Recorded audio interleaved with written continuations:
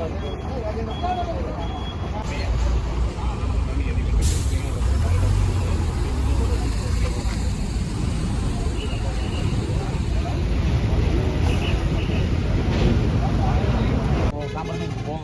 போய் அவங்கள்ட்ட கேட்கணும் நம்மளை விட்டாச்சு. இதில் வந்து சட்டப்பிரகாரம் அது கார்த்தியா என்ன எல்லாம் தூத்துக்குடியில் தான் இருக்கும்.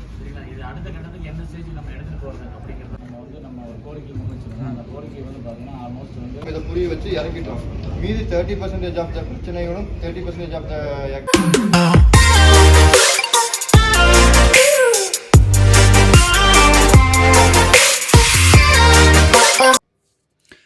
ஹலோ மக்களே, எல்லோரும் எப்படி இருக்கீங்க? நல்லா இருக்கீங்களா? வணக்கம். இன்றைக்கி ஒரு போஸ்டரை பாருங்கள். இந்த போஸ்டரில் என்ன போட்டிருக்குன்னு பார்த்தீங்கன்னா, தரமாட்டோம் மாமூல் தரமாட்டோம். ஏன் தரமாட்டேன்னு பார்த்தீங்கன்னா, தூத்துக்குடியில் ரீசெண்டாக ஒரு 2 நாளைக்கு முன்னாடி எல்லா சிஎஃப்எஸ்லையும் மாமூலுங்கிற பேரில் இறக்குக்கூலி ஏற்றுக்கூலி மாதிரி கேட்க ஆரம்பிச்சிட்டாங்க.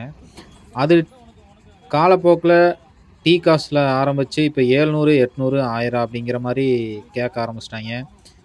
இருக்கிற வாடகையில் இவங்களுக்கு 1000 ரூபா 1500 கொடுத்துட்டு வாடகையில் கம்மியாக போகிறது ரொம்ப கஷ்டமாக இருக்குது. ஆக்சுவலாக இந்த காசு யார் தருவாங்கன்னு பார்த்தீங்கன்னா, இந்த கூட்ஸ் இறக்குற இடத்துலேருந்து கண்டெய்னரில் ஏற்றி கப்பலில் கொண்டு போய் ஏற்றுற வரைக்கும் அந்த புரோக்கர் ஒருத்தர் இருப்பாங்க.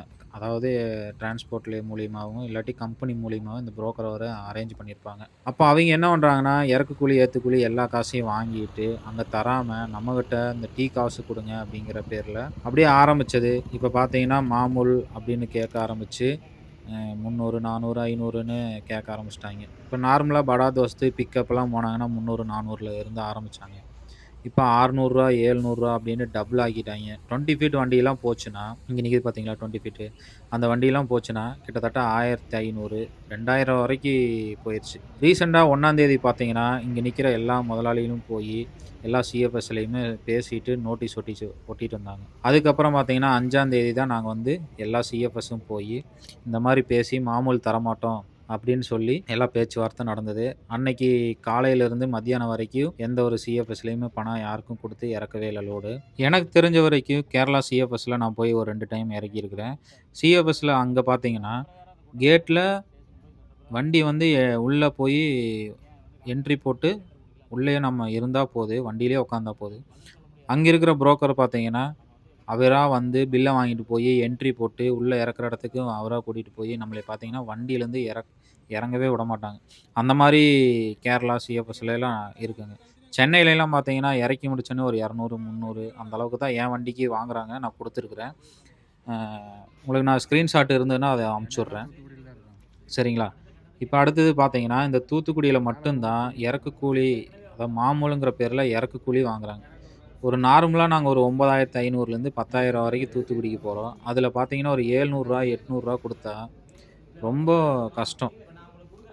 அவங்க ஆல்ரெடி காசையும் வாங்கிட்டு நம்மக்கிட்டையும் காசு வாங்கிட்டு கொடுக்காம அலக்கடிக்கிறது ரொம்ப தப்பு இது. ஏன்னா இந்த ஏற்றுக்கூலி இறக்குக்கூலி எல்லாம் சேர்த்து தான் வந்து அவங்க கம்பெனிலேருந்து பில்லே போட்டிருப்பாங்க, போடாமல் இருக்க மாட்டாங்க. இப்போ அதுக்கு தான் இந்த ஃபஸ்ட்டு கட்டமாக என்ன பண்ணியிருக்காங்க அப்படின்னா, எல்லா டிரான்ஸ்போர்ட் முதலாளியும் சேர்ந்து 1ஆம் தேதி போய் எல்லா சிஎஃப்எஸ்லையும் பேசி பண்ணிட்டு வந்தாங்க. 5ஆம் தேதி பார்த்தீங்கன்னா எல்லா டிரான்ஸ்போர்ட் முதலாளியும் வண்டி ஓனரு அப்புறம் டிரைவர்ஸு எல்லோரும் சேர்ந்து 5ஆம் தேதி எல்லா சிஎஃப்எஸ்லையுமே முற்றுகையிட்டு யாருமே மாமூல் கொடுக்கக்கூடாதுன்னு சொல்லி காலையிலேருந்து மத்தியானம் வரைக்கும் நாங்கள் எல்லா பேச்சுவார்த்தையிலும் முடிஞ்சிருச்சு.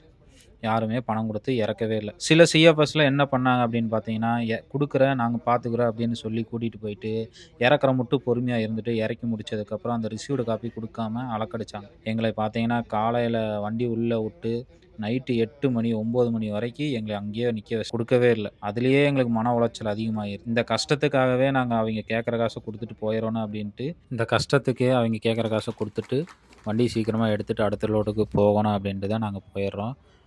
அதனாலேயே இப்படி அதே காரணத்தை அவங்க பழகிட்டு அதே ஒரு சாக்காக வச்சுக்கிட்டு எங்ககிட்ட 200 300ல் ஆரம்பித்து இப்போ 500 1000 2000 வரைக்கும்லாம் போயிடுச்சு. ஒரு சில வண்டிக்கெலாம் 2500 3000லாம் கேட்குறாங்க. அதெல்லாம் என்ன கணக்கு, எதுக்காக அப்படின்ட்டு நிறைய பேர்த்துக்கு தெரியவே இல்லை. சரி மக்களே, இது வரைக்கும் பேசுனது எனக்கு தெரிஞ்ச வரைக்கும் நான் இதில் பதிவு போட்டிருக்கேன். உங்களுக்கு தெரிஞ்சதை இதில் கமெண்ட் பண்ணுங்கள். இந்த சிஎஃப்எஸில் லோடு இறக்கும்போது மாமூலுங்கிற பேரில் இறக்குக்கூலி கேட்குறாங்க. இது கொடுக்கலாமா கொடுக்கக்கூடாதா என்ன அப்படின்ட்டு நீங்கள் வந்து பதிவு போடுங்க. எல்லா டிரைவர்ஸும் சரி, எல்லா வண்டி ஓனரும் சரி, டிரான்ஸ்போர்ட் பார்த்துருந்தீங்கன்னா இதுக்கான பதிலை சொல்லுங்கள். இதுக்கு தீர்வு வருமா வராதா அப்படிங்கிற பதிலையும் சேர்ந்து நீங்களே ஒரு கமெண்ட் பண்ணுங்கள். இதை வந்து நிறைய பேர் பார்க்குறவங்க லைக் பண்ணுங்கள், ஷேர் பண்ணுங்கள், கமெண்ட் பண்ணுங்கள். ஏன் அப்படின்னா ஒரு கட்டத்துக்கு மேலே பார்த்தீங்கன்னா போலீஸ் வந்துட்டு நீங்கள் இங்கே கூட்டம் கூடக்கூடாது அப்படின்னு சொல்லி எங்களைய பேச ஆரம்பிச்சிட்டாங்க.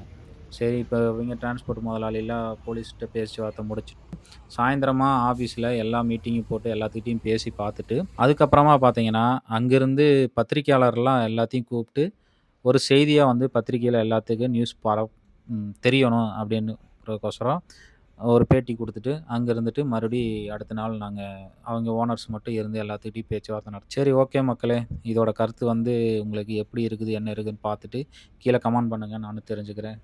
நன்றி, வணக்கம்.